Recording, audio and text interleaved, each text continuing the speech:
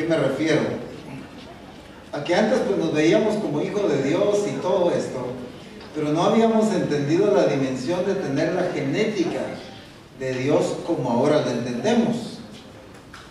Y entonces cuando entendemos que a todos se nos dio la genética de Cristo, ¿sí o no? ¿Aquí tienen la genética de Cristo? ¿Por qué? ¿O cómo tenemos la genética de Él? Por medio del nuevo nacimiento. Dice la palabra que es puesta la simiente de Dios en nuestras vidas. La Escritura misma habla de que Cristo era el primogénito, perdón, el unigénito, pero luego es el primogénito, dice Romanos, entre muchos hermanos. ¿Por qué ahora? Porque antes era el unigénito y porque después fue el primogénito. ¿Por qué? Cuando a través de su muerte, su resurrección y todo esto, podemos nosotros nacer de nuevo, entonces la genética de Él es puesta en nosotros y por lo tanto nosotros tenemos esos mismos genes, ¿sí o no? Ahora, pregunto, ¿a alguien le has dado un poquito más de genética que a otro? ¿No? En el caso de los hijos, quizá en una familia pueden haber 2, 3, 5 hijos, como fueren. Y alguien puede decir, bueno, pero estos dos son igualitos al papá, pero estos otros dos igualitos a la mamá, ¿no es cierto? Suceden casos similares a esto. Él toda la genética del papá, pero él toda la genética de la mamá. Porque quizá en algunos casos la genética del papá era mucho más fuerte. O en otros casos la genética de la mamá era más fuerte. Y entonces cada quien tiene rasgos físicos o a veces de carácter o todo en base a la genética de sus padres. La diferencia en este caso es que todos los que hemos nacido de nuevo tenemos la genética de nuestro Padre Celestial, no compartido con alguien más, sino solamente de Él. Entonces, a todos nos es dada la misma genética, ¿sí o no? No puede decir alguien, mire, a mí solo me dio un 10% de la genética, pero al pastor fulano, a él sí le dio el 80% de la genética. ¿Verdad que no? ¿O sí? Quiero que tengamos claro esto, porque a veces en nuestras acciones o nuestras palabras pareciera como que algunos entendemos esto de esta manera. Porque decimos, no, yo no puedo lograr las cosas porque si tuviera la capacidad del hermano, si tuviera la capacidad de fulano, entonces sí pudiera lograr tal cosa, pero como no tengo, si a todos tenemos la misma genética, ¿sí o no? A todos se nos dio la misma naturaleza, por lo tanto, todos tenemos la misma capacidad.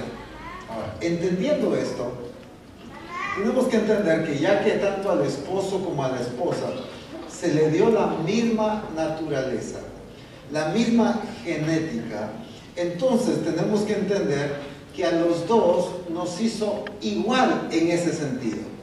Nos dio la capacidad, por lo tanto, el hombre no es más importante que la mujer, ni la mujer es más importante que el varón, sino a los dos se nos dio la misma genética, a los dos fue derramada la misma sangre de Cristo por los dos fue pagado el mismo precio, ¿no es cierto? Entonces todo esto determina que igualdad en este sentido.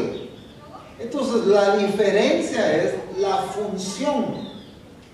La función es lo que nos hace diferentes, no el valor, no la capacidad, no quién es más importante y quién es menos, sino la función.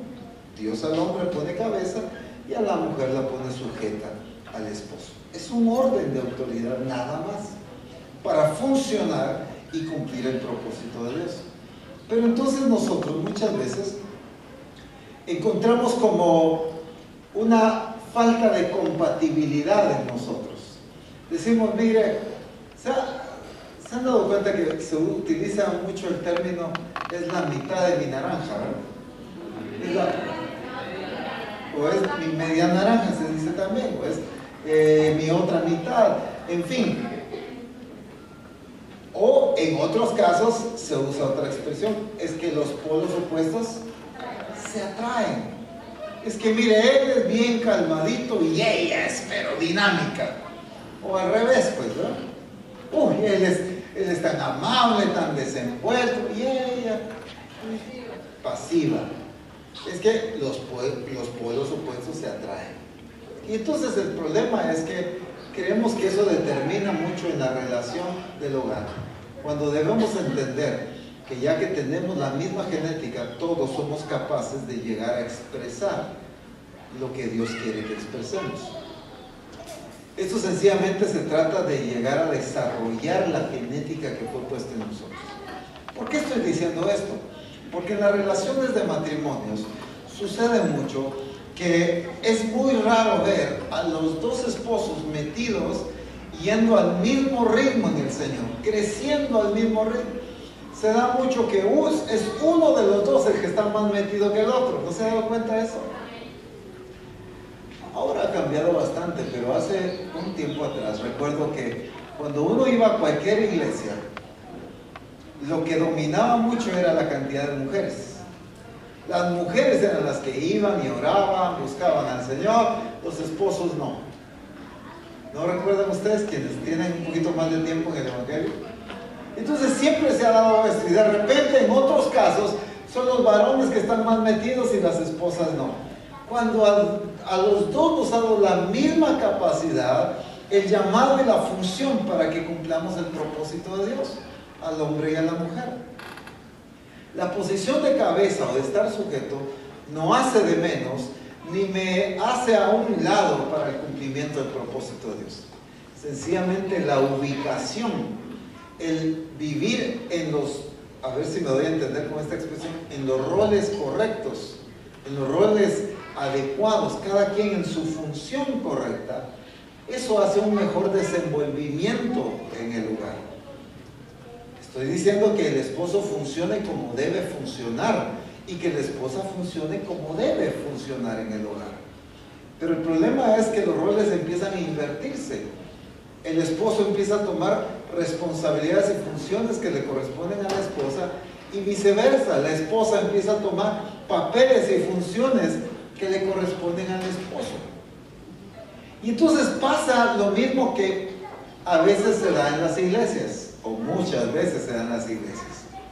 Que Dios usa un profeta y entonces todo el mundo en la iglesia quiere ser profeta como el hermano fulano.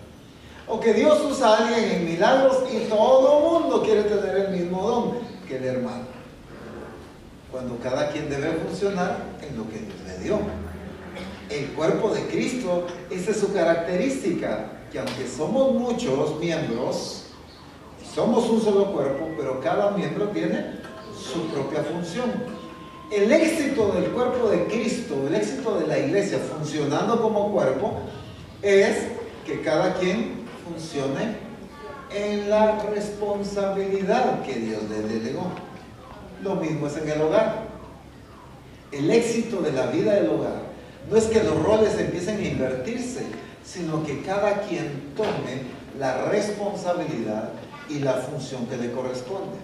Por ejemplo, cuando vemos las escrituras, dice que el que no provee para su casa, dice que es peor que un ¿qué? Incrédulo. Imagínense eso. Y muchas veces nosotros somos tan religiosos que vemos a la gente, uy, la gente del mundo está mal, está en pecado, fuera de Cristo. Pues por supuesto que sí, ¿verdad? Pero no veo que yo muchas veces puedo estar peor cuando yo no proveo para mi casa. Eso es lo que dice la Escritura. El que no provee para los suyos es peor que un incrédulo. Entonces, ¿qué estoy diciendo con eso? Hoy en día está muy de moda esto. Hombres irresponsables en la provisión del hogar. Esto no significa que en otros casos se da que hay esposas que quieren de todo, ¿verdad? Y entonces, como el esposo no les compra de todo lo que quiere, el esposo es un irresponsable. No necesariamente. Quizá el esposo sí está cumpliendo con su responsabilidad, nada más que la esposa quisiera que el esposo fuera multimillonario, ¿no? Y pues en la mayoría de casos no se da eso. Entonces son aspectos muy diferentes. El punto es que, por ejemplo, cuando yo como esposo quiero ser la cabeza del hogar, pero no estoy cumpliendo mi función, mi responsabilidad de proveer, entonces yo estoy deficiente, yo estoy saliéndome del orden establecido por Dios. Cuando la esposa no vive sujeta al esposo, en obediencia, no solo se altera el orden del hogar, sino es un mal testimonio en la Escritura. Dice la Escritura que cuando una esposa no está sujeta al esposo, puede servir para que la palabra de Dios sea blasfemada, dice. Imagínense, qué tremendo. ¿Cómo es que una esposa puede ser instrumento para que la palabra de Dios sea blasfemada? Cuando alguien diga, Dios no cambia, porque miren, ella no vive sujeta a su esposo. Ahí está siendo blasfemada también la palabra. Entonces, cuando los dos entendemos nuestra función y responsabilidad, tenemos que encontrar nuestro rol definido y no estar invirtiendo nuestras responsabilidades. ¿A qué me refiero? Definitivamente hoy hay tanta demanda, quizá de gastos, de inversión en nuestro estilo de vida actual, que se hace necesaria la colaboración de ambos para sostener un hogar, sin duda alguna. Pero es muy diferente a que la esposa colabore, a que la esposa cargue la responsabilidad. Es muy diferente esto. Y entonces muchos esposos dicen, sí, pero también mi esposa come, pues. Entonces, que ella ponga siquiera la mitad de todos los gastos. Entonces, aquí ya no es colaboración, aquí ya es obligación, aquí ya es poner a la esposa a suplir la responsabilidad del esposo.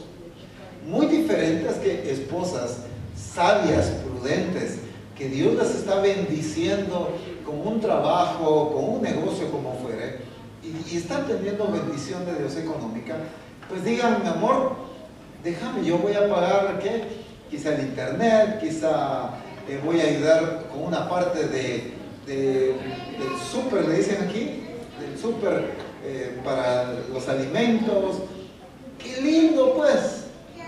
Porque también hay esposas que, no, es que la responsabilidad de mi esposo, pues, y todo lo que yo gano solo para mí, ahí se la pasan en el salón, comprándose como 500 zapatos, porque el esposo tiene que pagar. Ese es el extremo, ¿me doy a entender? Esa es una cuestión de comprensión. Por eso la Escritura habla de sabiduría. Pero el problema es que hoy en día el concepto de responsabilidad se ha tergiversado. En una ocasión, hablando un poquito acerca de los matrimonios, le dijo un hermano, mira, apóstol, ¿cómo ve usted esto? Fíjese que yo no tenía el dinero, pues yo le di todo el dinero para que ella comenzara un negocio. Y Dios la ha prosperado tanto que su negocio creció y ahora ella gana mucho. ¿Usted ve correcto que como yo fui el que le di el dinero para que comenzara, ahora ella me mantenga?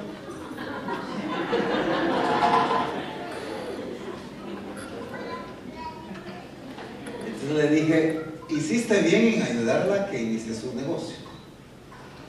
Pero la responsabilidad de ser cabeza y proveedor jamás te la quita la Escritura, pues.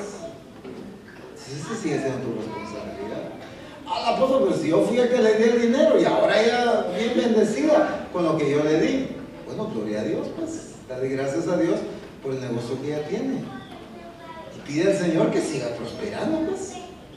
Porque si algo ha llamado Dios a las mujeres es hacer bendición. Si no, observe a la mujer virtuosa de Proverbios 31.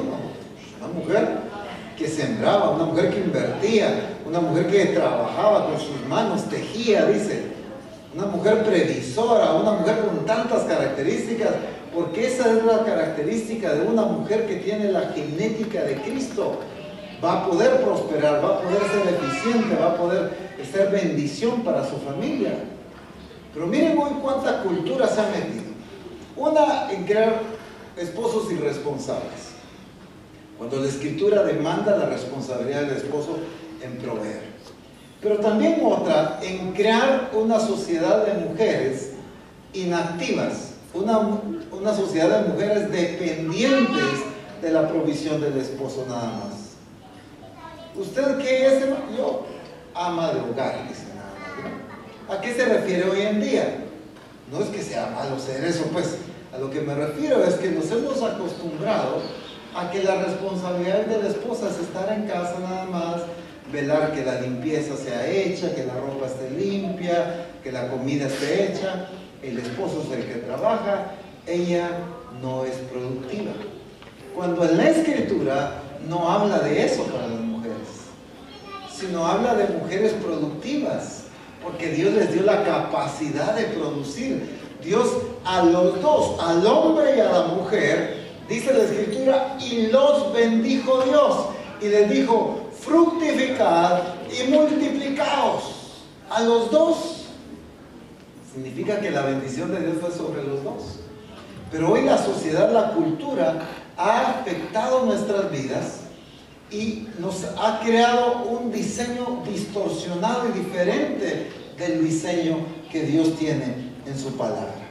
Entonces debemos entender que por cuanto tenemos la misma genética de Cristo, tenemos la capacidad de ser eficientes y de cumplir el plan y el propósito de Dios, cada uno, tanto la esposa como el esposo.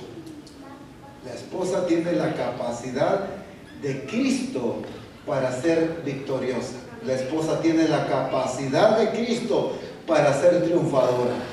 La mujer tiene la capacidad de Cristo para ser productiva, para ser próspera, para ser inteligente, para ser sabia, como lo mismo el esposo. El asunto es que muchas veces hace falta la sabiduría de Dios en aspectos como administración o cuidar que el diseño de Dios no se altere. ¿A qué me estoy refiriendo? En una ocasión estaba trabajando con una pareja y el esposo era muy irresponsable en la provisión para su hogar. Y entonces, como el esposo no proveía, la esposa empezó a trabajar y ella empezó a cubrir todos los gastos del hogar. Y todos los gastos, y ella cubría, pagaba la energía eléctrica, pagaba el agua, pagaba, allá le decimos el cable para la televisión, pagaba todo, la renta, todo lo pagaba ella. Y entonces el esposo, como la esposa empezó a cubrir todo, se acomodó. ¡Qué bendición de esposa la que tengo! Decía, ¿cómo me bendijo el Señor? No, pues sí lo bendijo con una esposa trabajadora, pero eso no era garantía de que él se volviera negligente, pues. Y entonces le digo a la esposa un día, mira, el problema es que tu esposo esté así. Claro, es responsabilidad de él, por supuesto, pero gran parte de la culpa la tienes tú. ¿Por qué? Pero apóstol, ¿por qué? Me dice, porque tú empezaste a tomar un papel que no te correspondía a ti. Y entonces ahora él se acomodó. Es que qué fácil, pues. Qué bonito es que ella esté pagando las cuentas. Y entonces él ya no vuelve a ser responsable. Al punto que el matrimonio terminó disolviéndose. ¿Por qué? Porque él nunca quiso agarrar su responsabilidad. Pero le decíamos, no lo cubras. No hagas tú la responsabilidad de él, enseñale a él ser responsable. Y ella se lo seguía haciendo, porque decía, no, ¿cómo voy a dejar? ¿Y cómo? Apóstol, no me cabe a mí en la cabeza eso. Y no le cupo, pues. Y entonces terminamos separados. Porque no se trata de invertir las responsabilidades en los papeles, sino los dos ser responsables en el orden que Dios nos ha dado. Pues vamos un poquito a los varones otra vez. Y es importante el concepto de paternidad. La Escritura habla de esto refiriéndose a Dios como Padre. En 2 Corintios capítulo 6, verso 18. 2 Corintios 6, 18.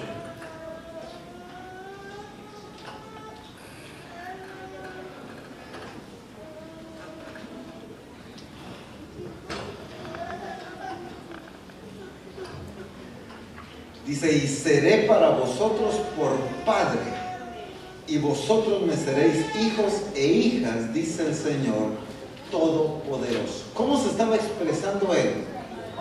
Como Padre. Fíjense que no puede haber una familia bien orientada si no existe una legítima paternidad.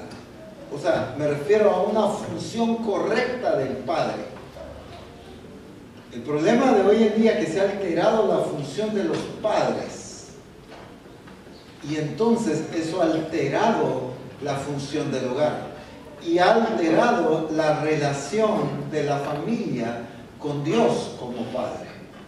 Es que mi padre me falló y me abandonó, entonces no sé si Dios va a ser fiel conmigo. Ese es el concepto que mucha gente tiene. Tiene temor, tiene desconfianza de acercarse a Dios. ¿Por qué? Porque el concepto de paternidad que ha tenido ha sido de un padre distante, de un padre alejado, de un padre malhumorado, de un padre quizá muy vengativo. Bueno, cuántas cosas. Y entonces cuando la gente viene al Señor, tiene temor de una relación correcta con Dios por un concepto erróneo de paternidad. Ahora, la paternidad no se limita a ser progenitor, pues. Es que me tenés que respetar porque yo soy tu papá. ¿No se han dado cuenta que hay muchos padres que demandan amor, cariño, respeto porque son los padres? El amor, el respeto, la obediencia, el cariño no se demandan, se ganan. Se ganan sembrando amor, se ganan sembrando respeto. Si tú respetas a tus hijos, tú vas a cosechar respeto de tus hijos. Si tú siembras amor a tus hijos, vas a cosechar amor de tus hijos. Qué lindo es que venga un hijo y lo abrace y le diga te amo, le dé besos a uno. ¿Pero por qué? Porque uno primero les enseñó esas expresiones de amor. Pero yo he visto papás que le dicen a sus hijos, béseme porque soy su papá. Deme un beso porque soy su mamá. Usted le quiere besar a su papá, a su mamá. Pero ellos jamás le han dado un abrazo, un beso a sus hijos. Y entonces están demandando un amor, pero sin haber sembrado eso. Y la paternidad no se limita a ser progenitor. O sea, que porque muchas mamás dicen, es que como yo te tuve en el vientre 9 meses, ¿verdad? O el papá, es que yo fui el que te engendré, como fuera la expresión. Creemos que los hijos, porque yo soy el papá, tienen la obligación de amarme. Miren el modelo de Dios. Él es nuestro Padre y Él tiene todo el derecho de que nosotros le amemos. Él merece todo el amor. Sin embargo, nosotros le amamos a Él porque Él nos amó primero. Entonces, en esto consiste el amor, dice la Escritura. No en que nosotros hayamos amado a Dios, sino en que Dios nos amó primero a nosotros. Ese es el concepto real, genuino de amor. Entonces, ¿qué está hablando la Escritura? El concepto de paternidad de Dios es que Él primero se dio en amor y ahora nosotros le amamos. Pues, la consecuencia de su amor es que nosotros le amamos. La consecuencia de una vida correcta en el hogar, de amor, de cariño, de respeto en el hogar, es pues que los padres fomentemos eso. Recuerdo que he conocido familias que han demandado amor y respeto a sus hijos, pero quizá ellos los insultan y los tratan pues con malas palabras y con desprecios. Ah, no, hijo, sos un aquí, sos un allá. Y dicen palabras fuertes a sus hijos. Los insultan. Pero vos tenés que respetar a tu papá. Vos tenés que respetar a tu mamá porque sos mi hijo. Entonces estamos sembrando discordia, estamos sembrando, yo no sé por qué a mí Dios no me dio una familia así tan amorosa como el hermano fulano. Yo miro que sus hijos tan lindos, tan cariñosos, y estos mis hijos tan fríos que son. ¿Por qué cree que serán así? Porque eso fue lo que ¿Qué sembró? Por eso Dios tiene todo el derecho de cosechar amor, porque Él lo primero que hizo fue que nos amó a nosotros. Ese concepto de paternidad tenemos que cuidar de que también es la responsabilidad del hombre de vivir como cabeza en su hogar. La paternidad correcta y la paternidad en el orden de Dios marca el camino donde la familia tiene que caminar. Por eso decía en la primera conferencia, el hombre tiene que convertirse en modelo, porque la paternidad eso te va a hacer, decirte es aquí, no es allá, tienes que hacer esto, tienes que hacer lo otro. Yo me recuerdo que hace muchos años ese era el concepto de ser pastor. El pastor era el que se paraba en el púlpito a decirle a la gente cómo debía vivir. Pero la gente no veía en el pastor que viviera igual, pues. Entonces sus mensajes eran buenísimos, pero su vida era todo lo contrario. Les cuento esto solo por darme a entender. En una ocasión estaba trabajando con unos hijos de un pastor. Y sus hijos no querían nada con Dios, no querían nada con el Señor.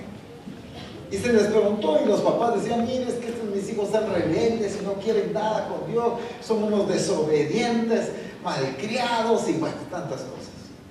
Y entonces el apóstol Abraham viene y tiene a estos muchachos y les pregunta, bueno, ¿qué está pasando? Cuéntame, ¿por qué no quieres nada con Dios? Mire, le dijo apóstol, voy a serle sincero. Es que para mí el evangelio es una mentira. Un hijo de un pastor. ¿Y por qué dices que el evangelio es una mentira? Es que yo todo el tiempo veo a mi papá predicar una cosa y ser otra muy diferente con mi mamá. Wow. Ese es el problema del evangelio hoy en día, que nos encanta tanto decir verdades, pero vivimos lo contrario. Y cuando hemos sido llamados a ser modelos y a testificar, que la gente vea en nosotros la verdad de Dios. Eso fue lo glorioso de Cristo. La gente no podía encontrar algo diferente. Por eso es que decía, hemos encontrado a aquel de quien hablan los profetas. Hemos encontrado a aquel de quien la ley habla. ¿Por qué? Habían leído los profetas, habían leído la ley, y cuando lo vieron a él, dicen, él es la descripción de lo que ahí decía. Él era la vivencia de todo eso. Bueno, aunque es general, por supuesto, eso nos corresponde como hijos de Dios, pero esa es la función de un padre en el hogar. Convertirse en la revelación de Dios para su familia, su carácter. El primero, no es por importancia, me refiero a ser modelo, por eso digo el primero. No porque la transformación del esposo es más importante que la esposa, no estoy hablando de importancia, estoy hablando de modelar, ¿ok? Entonces, el primero que debe ir adelante en su transformación debe ser el esposo. ¿Por qué? Para poderle enseñar a su familia la importancia de ser transformado. No porque él sea más importante que la esposa, ¿no? Sino para modelarle a su esposa, a su familia, su pasión por Dios, su entrega, su obediencia a Dios. Su familia debe conocer qué significa ser obediente a Dios. ¿Saben cómo? Viendo a sus padres obedeciendo a Dios. En una ocasión estaba en un grupo de comunión familiar, el discipulador enseñando sobre uno de los manuales, y la lección era acerca de la sujeción de la esposa al esposo. Y el discipulador estaba enseñando a las hermanas del grupo de comunión familiar sobre la importancia de sujetarse. Y en eso dice una esposa, una hermana del grupo, y dice, yo no me quiero sujetar a mi esposo. Ah, pero es que ¿por qué? Mire, dijo, si ni la esposa del pastor se sujeta al pastor, ¿por qué me tengo que sujetar yo a mi esposo? ¿Me voy a entender? La falta de modelar convierte a los discípulos ¿en qué? En gente desobediente al diseño. Ahora, apliquémoslo en el hogar. La falta de padres que modelen va a convertir una familia en gente desobediente al diseño de Dios. Gente gente que no le interese. ¿Por qué? Porque no hay esa correcta paternidad, una función correcta y responsable para marcar el rumbo y el destino de Dios para la vida de sus hijos, de su familia. Conocer el camino, conocer la ruta. Miren, no hay cosa peor que estar siguiendo y ser dirigido por alguien que no conoce el camino. Qué terrible. Una vez estábamos en Estados Unidos en un congreso y nos dijeron, bueno, siervos de Dios, el hermano fulano los va a llevar a ustedes al lugar donde vamos a ir a comer. Muy bien, nos subimos al vehículo con esta persona empezó a manejar y esta persona no conocía el camino. Y miren, nos vamos dando una perdida. Cuando llegamos al restaurante, ya era la hora que el congreso tenía que comenzar. Terrible, dimos vueltas y decíamos, pregunta, decíamos, para averiguar dónde andamos. No, yo conozco, no, ya vamos a llegar. Y qué terrible es ir siendo guiado por alguien que no conoce el camino. Yo recuerdo que ahí iba el pastor, lo veo en esta ocasión, iba a la par mía. Y yo le decía, en Guatemala hay una calzada, una avenida muy principal que se llama la Roosevelt. Y entonces yo le decía a la persona, agarra la Roosevelt, hombre. No, es que no es aquí, busca la Roosevelt. Yo bromeando porque allá en Guatemala, pues como es bien pequeño, comparado con Colombia, pues, ¿verdad? Ubicarse uno en la Roosevelt es ya como saber para dónde está el norte, el sur y todo, ¿verdad? Entonces yo le decía, busca la Roosevelt, decía yo. Que andamos perdidos. Entonces, el asunto es eso. Muchos hijos y muchas esposas viven decepcionadas en el ambiente del hogar porque el esposo no sabe ni para dónde va. Entonces, cualquier decisión anda tomando. Yo digo mucho este dicho: el que no sabe para dónde va, cualquier bus lo lleva. ¿Sí o no? Sí se dice bus, ¿verdad? Tengo miedo a las expresiones, ustedes que a veces dicen algo que para uno no significa nada malo y en otro país es una palabra muy fuerte, ¿verdad? Entonces, si oyen algo raro, no van a creer que soy un apóstol malcriado, ¿eh? Sencillamente en Guatemala no ha de significar nada malo. Y entonces, el problema es que nuestra familia muchas veces está esperando una guía correcta, sabiduría, decisiones firmes, estabilidad. Yo no veo a los discípulos siendo guiados por Cristo con inseguridad. Miren ustedes, hoy tenemos que ir a predicar a... ¿qué? ¿Menciona en algún lugar? ¿A dónde? No, pero de ahí bíblico. A Betsaida. Hoy tenemos que ir a predicar a Betsaida. Y cuando llegan a Betsaida, ay no, ustedes, no era aquí. Mejor vamos a Nazaret. Y en Nazaret, ay no, es que no sé si este es el mensaje que debo predicar aquí. Y no veo a Jesús guiando a los discípulos así inseguro, no sabía cuál era la voluntad del Padre. ¿Verdad que no? Si nos vemos a Jesús como siempre con decisiones certeras. Y alguien podrá decir, pero es que era Jesús, yo soy humano, yo me equivoco. No, tú tienes la misma genética que tuvo Jesús en un cuerpo humano aquí en la tierra. Porque por eso dice la Escritura que corporalmente en él habitó la plenitud de la deidad en su cuerpo humano. Entonces, esa misma genética ha sido puesta en nosotros. La diferencia es que nuestra responsabilidad es buscar cuál es la voluntad de Dios para poder dirigir a nuestra familia. Entonces tenemos que ser padres responsables también. Ahora, me encanta esto, hablando respecto a la mujer. Vamos con la mujer otra vez. Amén, dicen los hermanos. Gloria a Dios. En 1 Pedro capítulo 3, quiero leerla en la 60 y luego quiero leerlo en la NTV. Así que si usted tiene un dispositivo ahí donde buscarlo, excelente. 1 Pedro capítulo 3.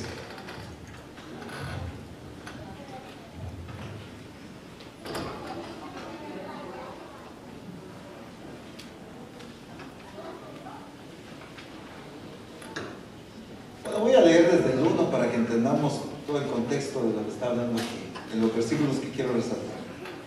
Asimismo, vosotras mujeres, estad sujetas a vuestros maridos, para que también los que no creen a la palabra sean ganados sin palabra por la conducta de sus esposas. Miren qué tremendo. ¿Saben por qué mucha gente no ha venido a Cristo? Por la mala conducta de las esposas en el reino de Dios. No todos, pero muchos de los que deberían de estar ya en el reino de Dios no lo están por la mala conducta de esposas en el reino de Dios. Y entonces dice, considerando vuestra conducta casta y respetuosa, vuestro atavío no sea el externo de peinados ostentosos, de adornos de oro o de vestidos lujosos, sino el interno, el del corazón, en el incorruptible ornato de un espíritu afable y apacible, que es de grande estima delante de Dios. Fíjense que esto se ha utilizado mucho en la religiosidad para decir la mujer no debe vestirse así, y nada de aretes, y nada de collares, y nada de un bonito vestido. O sea, entonces ya llevan a la mujer a andar siempre, no sé qué significa eso aquí, pero cuando más decimos toda fachuda, ¿verdad? ¿Sí? Toda mal arreglada, pero tiene que haber otra palabra más coloquial. Mal trajeada. Bueno, desarreglada pues. Si no se dice aquí, aprendan este término, chapín, suena más bonito, fachuda, ¿verdad? Toda fachuda, toda desarreglada. Ah, no, es así, miren que es una mujer prudente, ¿eh? Porque no es toda orgullosa que anda con un peinado todo ostentoso, porque la escritura aquí no está hablando de eso. Y se los quiero leer en la versión o en la nueva traducción viviente para que lo veamos de esta manera. Aquí voy a leer otros versículos más también, pero el versículo 4 dice en la NTV: en cambio, vístanse con la belleza interior, la que no se desvanece, la belleza de un espíritu tierno y sereno, que es tan precioso a los ojos de Dios. Así es como lucían hermosas las santas mujeres de la antigüedad. Ellas confiaban en Dios y aceptaban la autoridad de sus maridos. Por ejemplo, Sara obedecía a su esposo Abraham y los llamaba Señor. Ustedes son sus hijas cuando hacen lo correcto sin temor a lo que sus esposos pudieran hacer. Ahora miren, ¿qué está hablando? El asunto es que muchas mujeres se preocupan por su vestimenta y eso es correcto, ¿ya? Qué bueno que haya mujeres que se preocupen de cómo se visten, de cómo se arreglan, bien peinaditas, bien arregladas, que se miren bonitas, porque Dios les ha dotado de una gracia, de una belleza muy peculiar, muy linda, pero que a veces con el pelo que andamos, como que disimulamos mucho la belleza de lo que Dios nos ha dado, ¿verdad? Entonces, ocultamos todo eso que Dios ha puesto. De repente aparece la hermana bien peinadita, bien arreglada en la iglesia y uy, usted parece otra, porque están acostumbrados a verla como muy desarreglada, muy fachuda, pues, ¿vale? Entonces, aquí lo que está hablando no es que la mujer no se arregle, no está hablando de eso, sino el problema era que la mujer se preocupaba por su arreglo externo, por sus peinados, por sus joyas, por su vestido, pero no se preocupaba por el vestido más importante que debía vestirse, que era esa pureza de corazón, ese ornato interior, esas características afables, como dice esta versión, esas características de humildad, de amor, de respeto, de obediencia. Y entonces dice el Señor aquí en la Escritura, miren, no es este el vestido por el que deben preocuparse más. No está diciendo no se vistan bien, pues, sino que póngale mayor atención a la vestimenta que verdaderamente agrada a Dios, la que más conquista el corazón de Dios.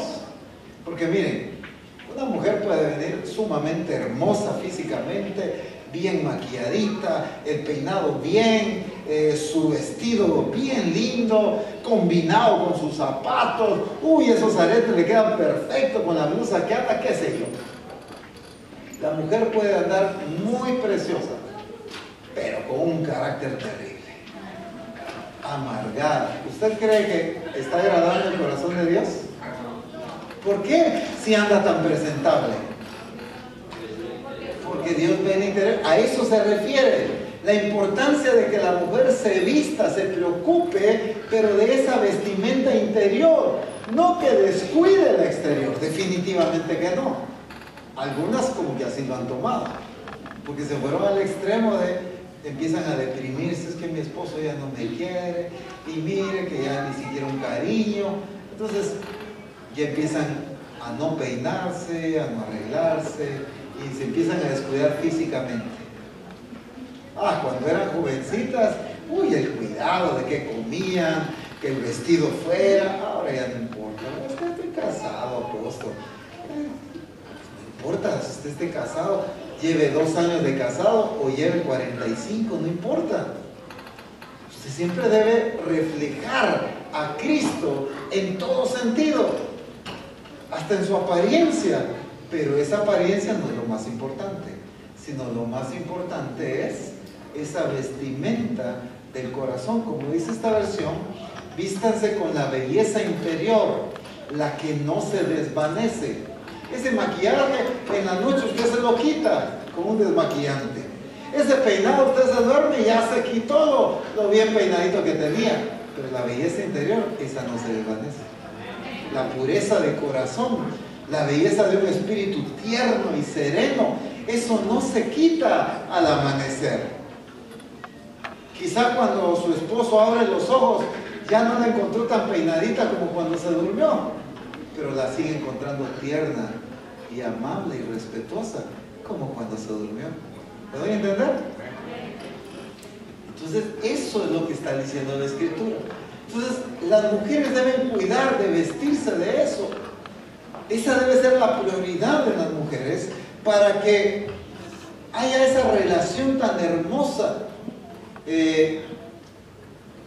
Hay muchos esposos que ya tienen miedo de abrir los ojos al despertar, ¿verdad? Porque cuando abren los ojos ya es otra historia. Ya le llegaron tanto al esposo como a la esposa a decir, es que ya no es la relación de antes, tan bonito que era antes. Viera tan detallista, viera tan amorosos, viera que cómo éramos. El problema es que han cambiado todos estos cuidados. Ya no es aquella mujer de la que él se enamoró que se cuidaba tanto, pues, que se peinaba cuando sabía que el novio iba a llegar a la casa, pasaba como 4 horas en el espejo, cuidándose, y la mamá le decía, pues solo ahí en el espejo te la pasas, ¿sí o no? Por la carita que hicieron, a varias les dijeron así. Solo en el espejo te la pasas. Ay, mamá, es que va a venir mi novio. Pero ahora viene el esposo del trabajo y usted no pasó pero ni 2 minutos en el espejo más. ¿Me doy a entender? Esas cositas empiezan a repercutir ¿en qué? En el cariño, en la amistad incluso, en la relación, en la atracción, exactamente. Empieza a cambiar todo eso. Y entonces, alguien por ahí decía, miren, cuando una pareja de recién casados sonríe, todo el mundo sabe por qué. Pero cuando una pareja de muchos años casados sonríe, nadie sabe por qué. ¿Cómo que todavía están felices después de tantos años? Mientras que una de recién casados, todo el mundo sabe por qué, ¿verdad? ¿Me doy a entender? Es que el inicio del hogar es otra cosa, es aquel romanticismo, aquella amistad, esos detalles. Pero ya después, ya cada quien ya una cara de, ya no aguanto. Señor, pasa de mí esta copa.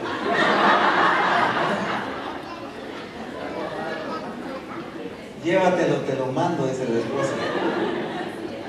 Porque hay tanto rencor, hay tanto pleito, hay tanta molestia, tanta irritación. se hacen las cosas por vengarse, se han perdido tantos valores de la relación. Pero miren, hay muchos seminarios de matrimonio. Yo me recuerdo porque yo desde niño tuve oportunidad de estar metido en todo, como pues era hijo de pastor, entonces tenía que andar hasta en los seminarios de matrimonio, ¿verdad? Siendo un niño, pero ahí tenía que estar porque mis papás tenían que andar predicando ahí, entonces a mí me tocaba, así como estos niños que están aquí metidos en un seminario de matrimonio, así me tocaba a mí, en todo tipo. Yo me recuerdo que en aquellos años el concepto era muy diferente, y en los seminarios de matrimonio era, a ver, pónganse de pie, tómense de las manos, voltéense a ver, díganse palabras bonitas, dense un beso, a ver, regálale este chocolatito a la esposa, ahora la esposa, póngale el chocolatito al esposo en la boca, y cuestiones externas, pero cuando salían otra vez eran los mismos conflictos. Cuando llegaban al hogar eran los mismos pleitos, las mismas actitudes. Entonces aquí no vengo yo a fomentarles que se abracen, oye, pero que sí se dejen transformar por el Espíritu. Y entonces eso va a repercutir en que usted se va a querer abrazar, pues, pero ya como algo natural, por la transformación, la sanidad que ha habido en su corazón, en su interior, por el cambio de mentalidad que ha habido en nuestras vidas. Entonces repercute en todo esto. Entonces yo no soy de la idea de cuestiones externas, y hagan, y eso de forzar, y está el hermano viendo a la cara y sonriendo porque el pastor se le queda viendo. Gracias a Dios por tu vida, te amo. Una cuestión bien fingida. Qué lindo es poderse decir te amo, pero con aquella sinceridad. Pero porque nos amamos tanto que a pesar de nuestras deficiencias hemos aprendido a perdonarnos, hemos aprendido a respetarnos, hemos aprendido a expresar la naturaleza de Cristo. ¿Saben cuál es una de las grandes deficiencias en el matrimonio? Es que los dos pensamos tan diferentes, ¿no es cierto? Es que yo no entiendo cómo mi esposa quiere que las cosas sean así, cuando lo correcto es que sean de esta manera, dice el esposo. Y la esposa dice lo mismo, pues ya no me cabe en la cabeza que a mi esposo le guste así, cuando es mejor de esta otra manera. Y cada quien tiene su concepto. Y ahí está el problema, todo. ¿Cómo es posible que la Escritura hable de que todos seamos de un mismo sentir, cuando el razonamiento lógico humano dice que no todos debemos ser del mismo sentir, sino que cada quien exprese lo que cada quien es a su manera? ¿No es cierto? El mundo hoy lo que está fomentando es que cada quien elija lo que quiere, cada quien piense como quiere, y cada quien tiene derecho a vivir, a pensar y a actuar como quiere, ¿sí o no? Eso es lo que el mundo está metiendo hoy, pero hasta en el aromático, en el café todavía no lo ha metido, el aromático sí. Donde quiera metido eso el enemigo hoy, de que cada quien viva como quiere, cada quien se exprese como quiere, pero en el reino de Dios no es así, sino que vivamos como Dios quiere, que pensemos como Dios quiere, que actuemos como Dios quiere. Entonces, lo que el enemigo nos ha llevado a pensar es que en un hogar no podemos pensar de la misma manera porque los dos somos tan diferentes. No podemos tener los mismos anhelos y las mismas metas porque los dos anhelamos cosas tan diferentes. Cuando en Cristo Jesús, cuando somos gobernados por el Espíritu Santo los dos, cuando tenemos la mente de Cristo los dos, y cuando fluye el Espíritu Santo en los dos, les garantizo que los anhelos van a ser los mismos. Porque es un solo Espíritu. Las metas, los anhelos, la visión va a ser el mismo. Aunque a uno le guste la changua y al otro no, pues eso no importa. Pero la meta sigue siendo la misma. Changua, ¿verdad? Sí, ¿verdad? Que se rieron así me lo extraña. O sea que me confundí de par. No, yo no estoy pidiendo. Entonces, ¿qué es lo que pasa? A veces nos excusamos en que somos humanos y somos tan diferentes, cuando la expresión de Cristo debe llevarnos a vivir en un mismo sentir, dice la palabra. Si la Escritura dice, yo le creo a la palabra de Dios. Quizá mi lógica me dice, apóstol, usted porque no sabe cómo somos en mi hogar. Pero en mi casa es imposible que estemos en un mismo sentir con mi esposa. Eso es porque cada quien está siendo gobernado por su naturaleza carnal. Pero si los dos somos gobernados por el mismo espíritu, sin duda alguna vamos a ser de un mismo sentir los dos. Muchas cosas van a cambiar cuando somos dirigidos y gobernados por el Espíritu Santo. El problema de hoy en día es que para muchos el concepto de matrimonio es un concepto de un contrato temporal. Para muchos hoy en día el matrimonio es sencillamente, bueno, casarnos a ver qué resulta. Y si no resulta, pues nos divorciamos. ¿No han oído ustedes eso? Es más, hay muchos discípulos en las iglesias que solo están unidos y no están casados. Y déjenme decirles, en resumen, deben corregir urgentemente esa situación. Si hay alguien acá que solo está unido, debe corregir esto para no seguir en pecado. Porque usted está en pecado. Aunque usted esté involucrado, aunque usted quiera servir a Dios, aunque usted diga es que amamos a Dios con todo nuestro corazón, pues usted no está casado, está en pecado, pues. Usted debe corregir eso. Pero entonces se da mucho que hoy en día el concepto del matrimonio es algo pasajero. Estamos acostumbrados a todo lo instantáneo, a todo hoy se resuelve tan fácil, tan inmediato, que los matrimonios hoy también son desechables. Hoy todo es desechable, ¿no es cierto? Uy, usted compra una botella, es desechable, la tira, todo es desechable. Antes la televisión le duraba no sé cuántos siglos, ahora al año y medio tiene que cambiar porque todo es desechable hoy en día. Y entonces el enemigo ha permitido que todo lo veamos así y lo traslademos al concepto del matrimonio también. Entonces, para muchos el matrimonio es desechable. Si no funciona, pues nos divorciamos y ya. Para algunos dicen, es tan fácil, ¿verdad? Pues firmamos y ya cada quien sigue su camino, el punto, pues, no pudimos vivir juntos. Entonces, el matrimonio no es desechable, hermanos, sino el matrimonio es para vivir juntos en el Señor. Eso sí, lo que Dios unió, pues. Alguien me preguntó una vez, mire, apóstol, ¿qué piensa eso? Que algunos se separan y la Escritura dice que lo que Dios unió no lo separa el hombre. Entonces yo les pregunté, pues, ¿y qué garantía tiene usted que esa relación la unió Dios? No sé si me dio a entender. Aquí algunos los voy a dejar hecho bolas, como decimos en Guatemala, confundidos. Pero gloria a Dios, ahí tienen a los siervos de Dios que les ayuden después. Porque para muchos es ese concepto, pero ¿qué garantía hay eso? Pero en otros, el problema es que hemos visto el matrimonio ya tan desechable, tan descartable. Bueno, probemos y si no funciona, existe el divorcio. Y hermanos, la palabra divorcio no debe existir en nuestro vocabulario. No debe existir en nuestra... O sea, no debe ser una opción, pues. Si no funciona esto, pues no es opción. Entonces, ¿cuál es la opción? Pues buscar al Señor y resolver el asunto.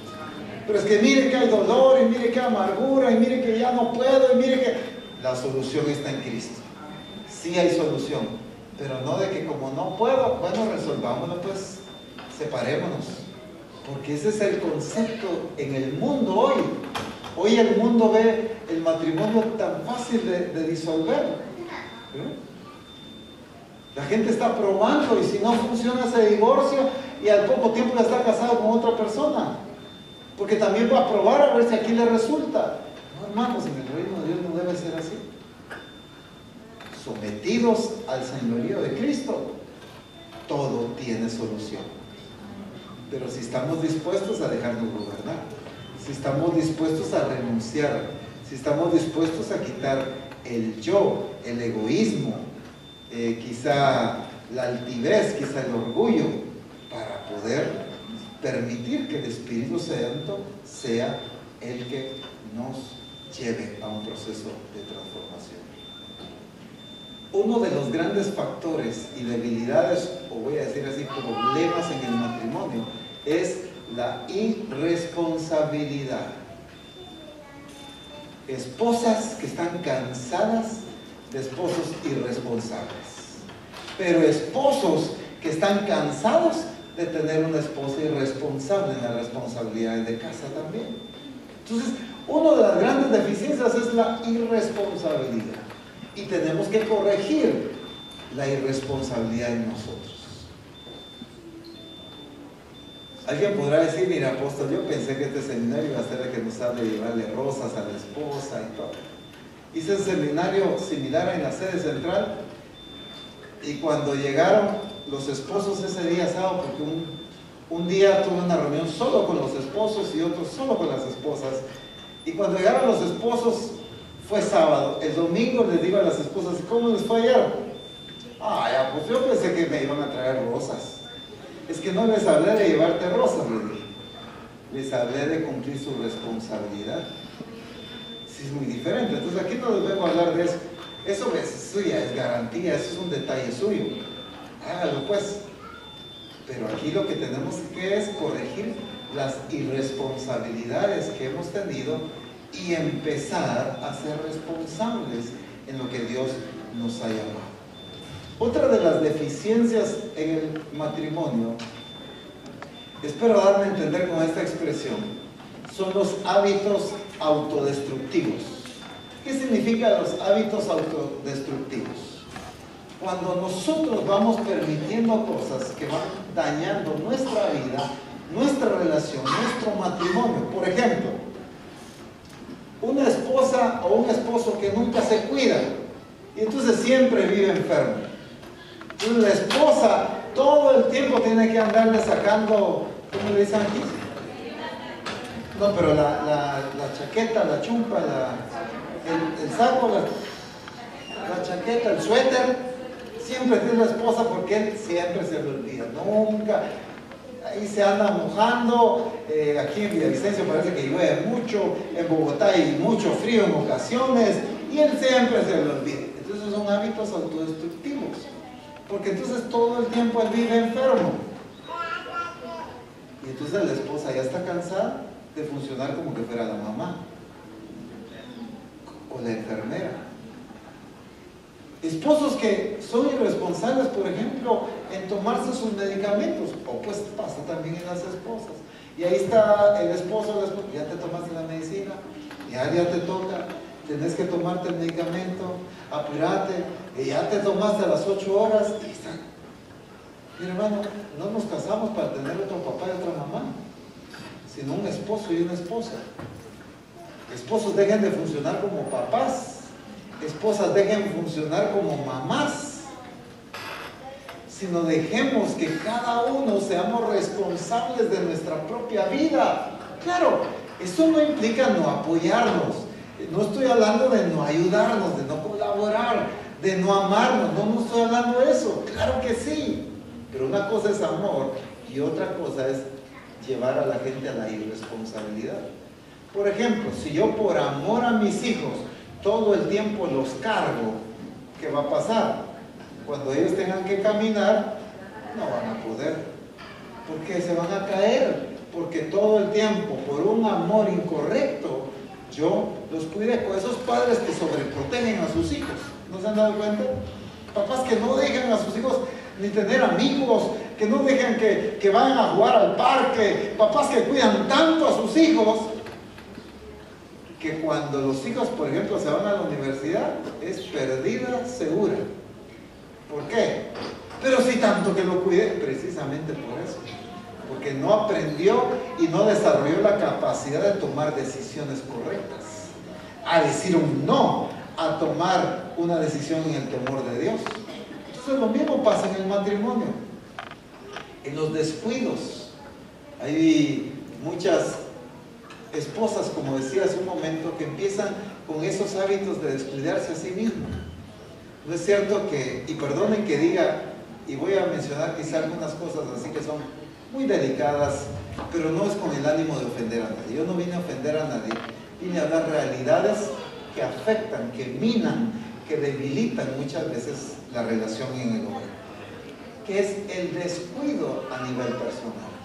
Nuestro descuido físico son hábitos autodestructivos. Por ejemplo, no importa si el esposo o el esposo empieza a comer de una manera incorrecta, que obviamente empieza a ganar peso y a ganar peso, y entonces ya no tiene la misma capacidad, ya no tiene la misma resistencia, ni tampoco la misma apariencia. Y entonces esto repercute ¿en qué? En que obviamente el esposo se enamoró de aquella chica bonita, simpática, con un cuerpo muy bonito, y ahora pues ya no es como era antes. ¿Cómo? Pues ya no era como era antes. Y entonces, ¿qué es lo que pasa? Decimos, yo no sé por qué mi esposo ya no me quiere, como si sigo siendo la misma. No, hermana, no sigue siendo la misma. Ahí es el problema, cambió, como dice aquí, cambió el estuche.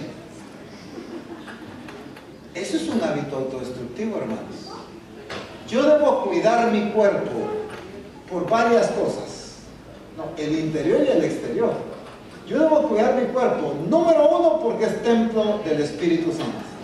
En primer lugar, porque este cuerpo fue llamado a glorificar a Dios. Por eso debo cuidar. En segundo lugar, por mí mismo, por amor a mí mismo, debo cuidarme. Y en segundo lugar, por amor a mi cónyuge. Porque también entendamos, hermanos, mucho me pudo haber amado mi esposa de jóvenes cuando nos casamos, pero ahora que ya subí 100 libras, pues ya no soy el mismo joven atractivo que quizá pude haber sido un día, y ahora pues ya soy el hombre aquel así, ¿verdad? Con púlpito incorporado. Allá en Guatemala hay un dicho muy famoso, dice: pastor sin panza no es de confianza. Porque usted va a todos los pueblos y ve el aspecto físico de los pastores de todo, y espera. Entonces, hermanos, esto cambia, esto afecta la relación, querramos aceptarlo o no. Entonces, el cuidado de nuestro aspecto es muy importante para mantener una relación correcta. Esos hábitos que empiezan a destruirnos poco a poco, destruir nuestra relación, nuestro compañerismo, esa negligencia de velar por sí mismo. La esposa ya está cansada de todo el tiempo andarle cargando las cosas a él porque él no se cuida. O viceversa. El esposo ya está cansado de estarle recordando que haga ciertas cosas porque ella es descuidada consigo misma. Hermanos, todos esos hábitos van destruyendo. Lo que tenemos que hacer primero es enfocarnos en nosotros, corregir mis deficiencias, corregir lo que a mí me corresponde. El problema de todo esto es que empezamos, como decía hace un momento, a tomar responsabilidades que no nos corresponden. Ya olvidémonos de estar sermoneando, se tiene aquí de regañar, de estar sermoneando a alguien. Y no se han dado cuenta que todo el tiempo, mucho del tiempo en la relación del matrimonio es estar sermoneando a la esposa o al esposo. Y te lo dije, y mira, y aquí, y allá, está regañando todo el tiempo. Como decía hace un momento, él no se casó para tener otra mamá. Tú no eres su mamá, eres su esposa. Y tú no eres su papá, eres su esposo. Ayúdala, sí. Corrígela, sí. Pero no le hagamos todas las cosas. A veces hemos confundido la caballerosidad con la facilitación de la inutilidad en la pareja. Entonces los volvemos inútiles. ¿Por qué? Porque todo se lo hace. Entonces la esposa muchas veces, si no está el esposo, es incapaz de tomar decisiones, porque todo el tiempo el esposo es el que toma las decisiones. Es que no sé qué hacer y tienen que andar llamando al esposo o a la esposa preguntando porque no se acostumbraron a tomar decisiones o a enfrentar circunstancias. Hermano, tanto al hombre y a la mujer Dios le dio su espíritu y su genética le dio la sabiduría de Dios y le dio la inteligencia para ser capaces de tomar decisiones, de resolver circunstancias, conflictos o la situación adversa que se presente. A los dos nos dio la misma capacidad y sabiduría. Lo que hace falta es desarrollar estas capacidades. Entonces nosotros tenemos que entender el cuidar de no estar regañando y regañando todo el tiempo, porque todo esto va creando una separación. ¿No se ha dado cuenta usted que en las relaciones de padres e hijos, mientras un padre más regaña a sus hijos, el hijo más se distancia de su papá? ¿No se ha dado cuenta? Es automático. Aunque el papá lo hace con la intención de cuidarlo, aunque el papá dice yo lo estoy haciendo por el bien de él, pero lo único que está haciendo es provocando distanciamiento. Cuando todo es regaño, cuando todo lo hiciste mal, cuando todo estás equivocado, cuando todo no sos capaz, cuando todo es regaño, lo que estamos haciendo es provocar distanciamiento. Lo mismo pasa en el matrimonio. Hay matrimonios que todo el tiempo se viven regañando uno al otro, peleando, todo discutiendo, y eso crea separación, distancia entre el esposo y la esposa. Otra de las cosas que tenemos que cuidar mucho es que no haya manipulación en nuestras relaciones. Eso no se da solo con la esposa, sino se da también en el esposo muchas veces. Hay mucha manipulación. ¿Se han dado cuenta que a veces nos hacemos las víctimas? Ay, ya viste que, mira, que lo que me hiciste me dolió y esa decisión que tomaste, yo estoy sentido porque y entonces lo que queremos es que cambie la decisión. Y el otro, ay, pobrecito, de verdad, ay, cómo lloró. Y bueno, nos dejamos manipular. Esposas, cuídate a ti misma de no ser manipuladora. Esposos, cuídense de no ser manipuladores también con las esposas, porque también se da a la inversa. Dentro de todas las cosas que Dios le empezó a decir al hombre y a la mujer, a Adán y a Eva, y empezar a emitir juicio, le dijo a Eva, y tu deseo será sobre tu marido. En otras versiones dice, siempre vas a querer gobernar a tu esposo. O sea, esa es una característica que ya viene desde ese tiempo. Desde la Eva, dice. Desde ahí fue declarado que la mujer siempre va a tener la tendencia a manejar, a gobernar al esposo. Eso debe ser cambiado por la naturaleza carnal ya muerta y la naturaleza de Cristo expresándose en nosotros. Entonces tenemos que cuidar de que no haya ese tipo de manipulación en nuestra vida. Y hablando de Adán y Eva, si vemos el caso de ellos, ¿cómo fallaron ellos? Número uno, por no mantenerse en el diseño de Dios, por no cuidar la obediencia a Dios. Veían a Dios como creador, pero no lo veían como Señor, porque entendían que los había creado, pero no se mantuvieron en las directrices que Dios les estaba dando. Y una de las cosas que el matrimonio debe cuidar es su relación con Dios como Señor. Jesús es Señor del esposo y de la esposa, ¿sí o no? Jesús es Señor del matrimonio, claro que sí. Y debemos cuidar, mantenernos en ese orden de reconocimiento de autoridad de lo que Dios ha determinado para nuestras vidas. Tenemos que cuidar la voluntad de Dios, tenemos que buscar el deseo de Dios para aplicar sobre nuestras vidas. Y entonces, ¿qué es lo que pasa cuando ellos no obedecen? Miren, el problema muchas veces somos muy dados a que la culpa siempre la tienen los demás, ¿no es cierto? Nosotros no nos equivocamos, si nos equivocan los demás, ¿verdad? Esa es la tendencia que regularmente pasa hoy en día. No es correcto, ¿verdad? Y entonces viene Dios y le dice a Adán, ¿por qué pecaste? ¿por qué comiste el fruto? Es que la mujer que tú me diste. O sea, la culpa la tuviste tú por haberme dado a su esposa, ¿ves? Y entonces llega con la mujer y le dice, ¿y por qué le dice a tu esposo de comer eso? La serpiente me engañó. ¿Verdad? Entonces, eso que tú creaste fue lo que a mí me engañó, pues yo no tuve la culpa. Y la tendencia del ser humano es que nosotros no tenemos la culpa, sino los que están equivocados son los demás. Entonces la esposa no tiene la culpa, el que está equivocado es el esposo. Dijeron las hermanas, ¿verdad? Han sido tremendas. El problema es que el esposo piensa lo mismo, que él no tiene la culpa, sino la culpa tiene la esposa.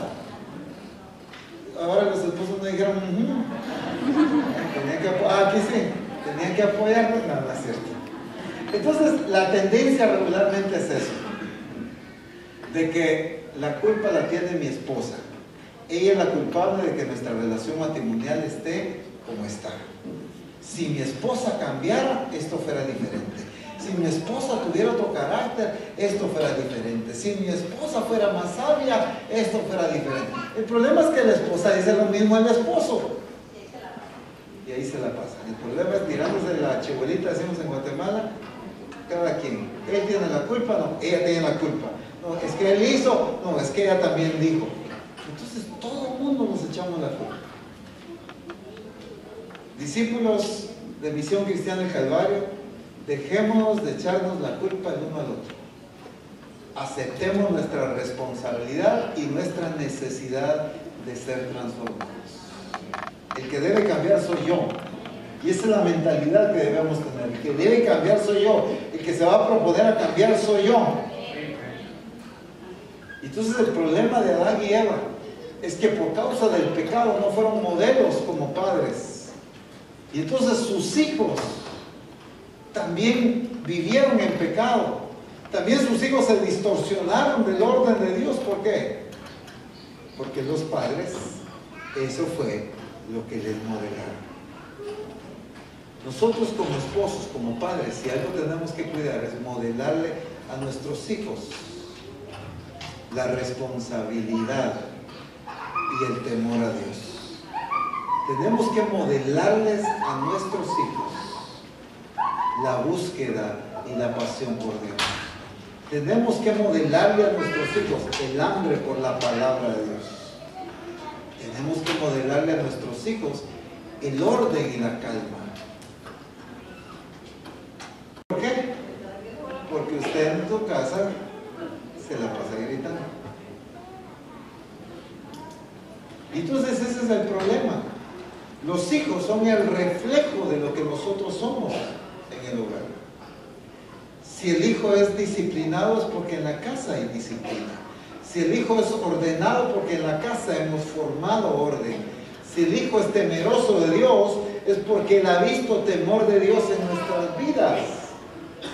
Pero yo no puedo demandarle temor de Dios a mis hijos cuando yo no vivo en el temor de Dios. He testificado esto muchísimo. Y la gente cuando yo era pequeño, hace poquito, ¿verdad? Cuando yo era pequeño, me recuerdo que siempre la gente decía, de plano, vos vas a ser pastor porque tu papá es pastor, ¿ves? Lo interesante es que jamás oí de mis papás, hablando específicamente del apóstol Abraham, jamás oí de mi papá decirme, vos tenés que predicar porque yo predico. Vos tenés que servir a Dios porque yo sirvo a Dios. Nunca me dijo eso. Jamás me dijo, vos tenés que hacer esto porque yo lo hago. Nunca. Pero cuando yo lo veía predicar, yo decía, yo quiero predicar así. Cuando yo veía con qué pasión y con qué hambre buscaba de Dios y servía a Dios, eso fue enseñándome, me modeló a mí eso.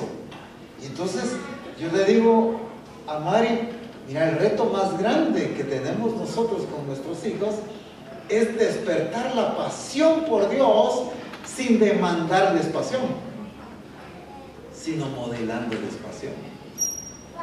Entonces me encanta ver a mi hija Melanie de 12 años metida sirviendo a Dios ya. Me encanta ver a mi hijo Abrancito de 10 años pidiendo acompañar a mi mamá en todas las misiones, en los congresos de mujeres, porque él quiere andar ahí, en los eventos. Pero yo no le digo, hijos, como yo predico, ustedes tienen que predicar, porque eso fue lo que aprendí. Entendí que la mejor enseñanza es lo que se modela en casa. En el hogar donde yo crecí, pues en la familia del apóstol, mis papás, jamás habían gritos en la casa. Allá nunca se escuchaba un grito de vos aquí, vos allá, vos patojo, haz esto, no. No, nunca se oían esos gritos, esas expresiones, jamás. Y entonces nosotros no hacemos eso. No nos sentaron ellos a decirnos, miren ustedes, no hay que gritar en la casa, no hay que... Sencillamente lo vimos toda la vida.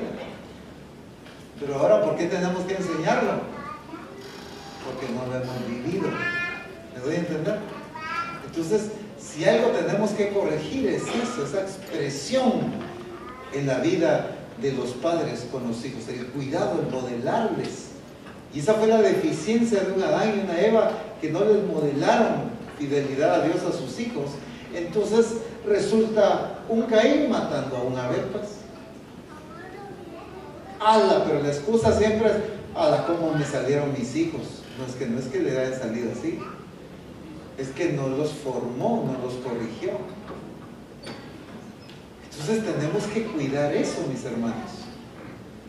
Hemos permitido que los hijos muchas veces adopten conceptos de otros lados, que la esposa, que el esposo adopte la cultura del mundo, cuando lo que tenemos que hacer es vivir bajo la cultura del reino de Dios, bajo la expresión del reino de Dios. Pero eso, ¿cómo se logra? Modelando, siendo la expresión de este reino, siendo la expresión de Cristo. Y por eso es importante ser modelos. Termino con esta cita. La leo rápidamente. Tito capítulo 2, versículo 5.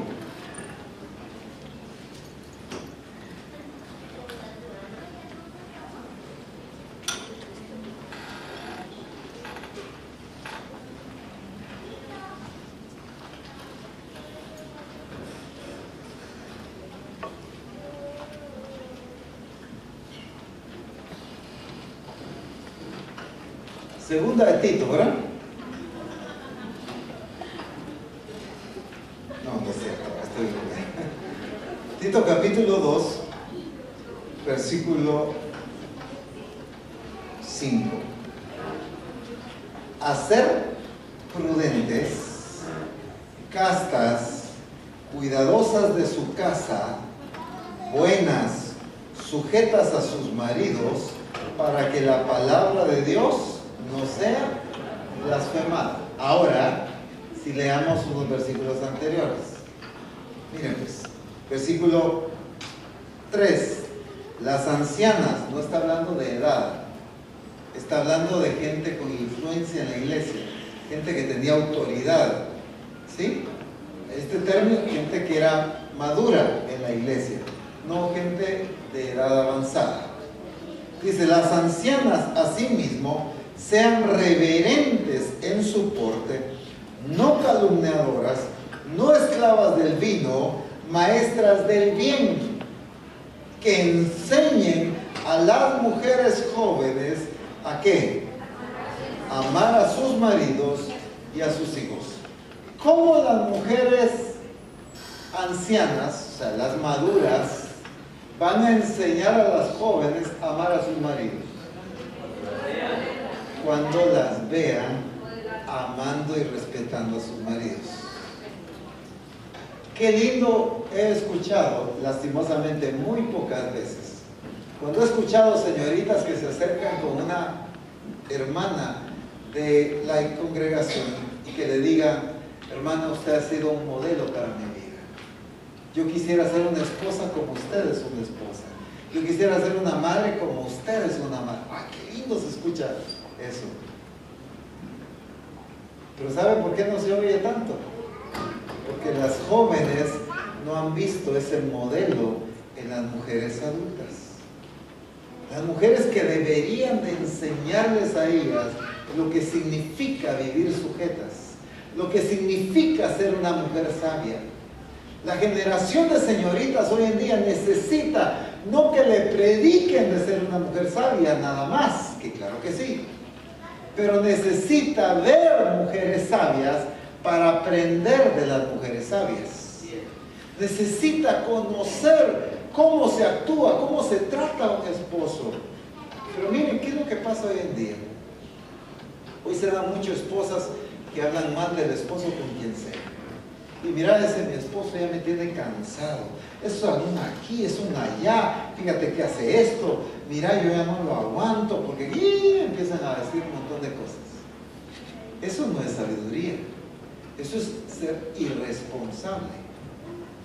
Y entonces las jóvenes empiezan a ver un modelo de irresponsabilidad, de imprudencia, de falta de respeto. Y entonces, ¿cómo creen ustedes que son ellas con sus novios? Lo mismo. ¿Y cómo creen ustedes que pueden ser si no hay una transformación en sus vidas, en sus matrimonios? Lo mismo, porque es el modelo que han visto. Y entonces las mujeres deben enseñarle, y me encanta esta parte, porque habla de ser modelos, el respeto a sus maridos. Miren cuántas cosas. Sabe cuándo hablar, sabe cuándo callar, una mujer sabia, sabe cuándo actuar, sabe qué decir, en qué momento preciso. Pero la imprudente, díganme un ejemplo de una mujer imprudente.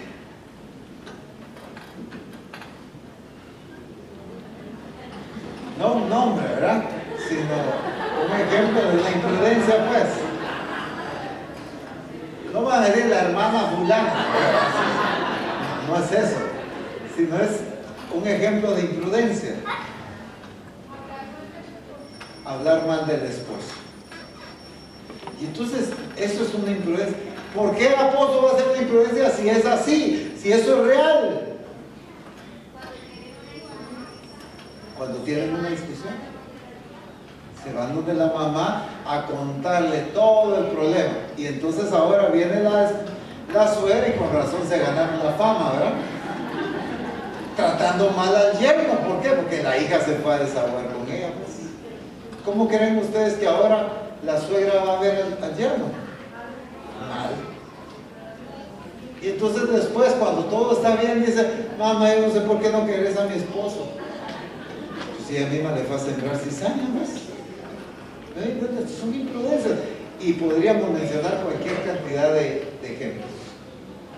Pero aquí está hablando de mujeres responsables que enseñen.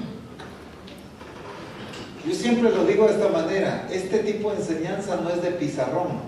¿Sí se dice? ¿O pizarra? ¿Pizarrón? No es de tablero la enseñanza.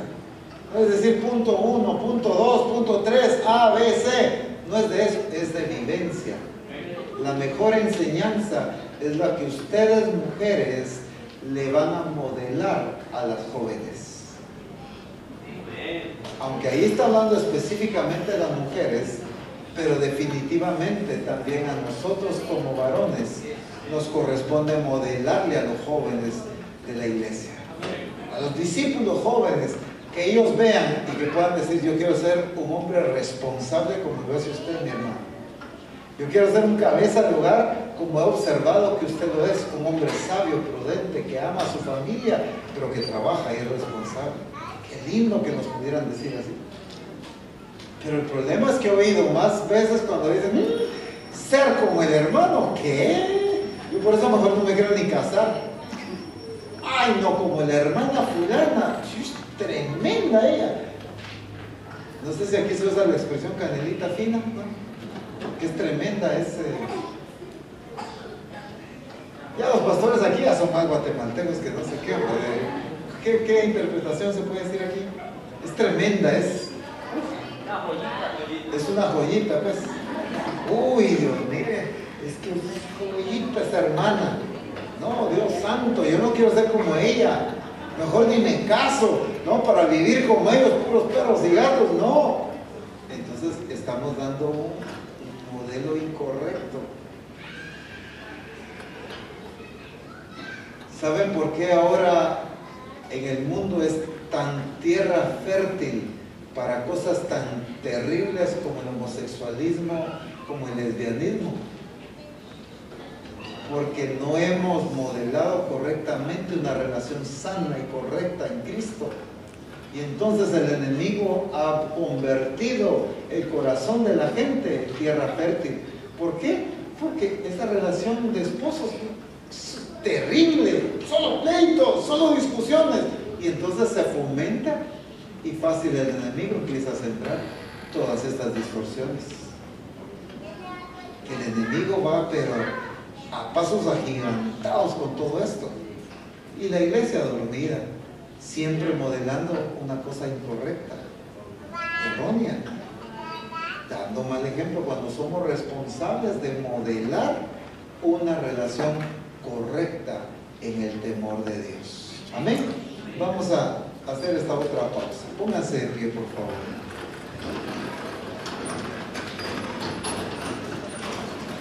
Gracias a Dios por ese tintico, porque ya no tuve tantos intercesores hoy.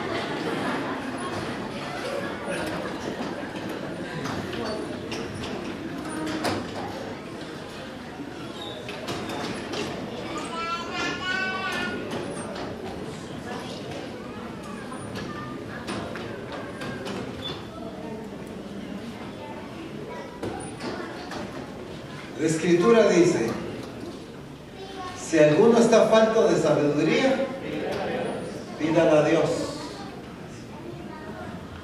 Y alguien puede decir: apóstol, ¿usted qué cree que yo soy un tonto? No estoy diciendo eso. Pero mientras no haya llegado a la expresión plena de Cristo, entonces todavía necesito, ¿sí o no? Entonces, creo que todos aquí necesitamos sabiduría. Entonces pídesela ya al Señor. Esposos y esposas sabias, para actuar en prudencia, para actuar en el temor de Dios, para ser corregidos. Si algo necesitamos es sabiduría, y si algo nos quiere dar Dios es sabiduría. Por eso dice: si alguno está falto de sabiduría, pídala, porque Él te la quiere dar. Pero pídesela de todo corazón. Con todo tu corazón pídele: Señor, necesito más sabiduría para ser un mejor esposo, para ser el esposo correcto como Cristo, para ser la esposa correcta que también exprese la naturaleza, el carácter de Cristo, para ser un hijo, un padre, una madre que exprese la naturaleza de Cristo.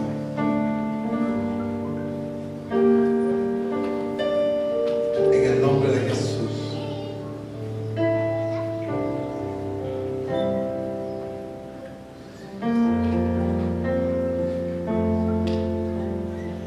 En el nombre de Jesús.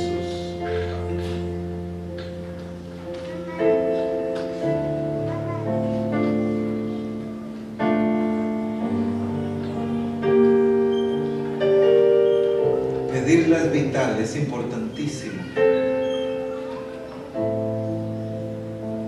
Pero ahora, después de pedirla, lo importante es alcanzarla, es aplicarlo.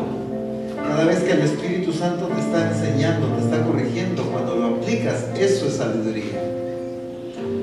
Cuando lo pones por obra, eso es sabiduría.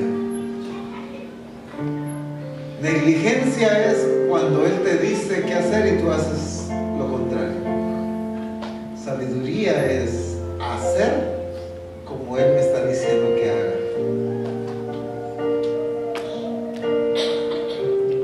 Si usted quiere dar sabiduría, y por eso te habla por medio de su palabra,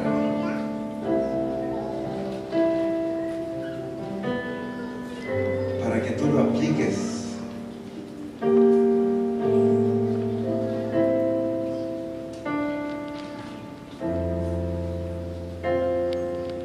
para que tú vivas conforme a lo que Él estableció, ese diseño de Dios. En el nombre de Jesús.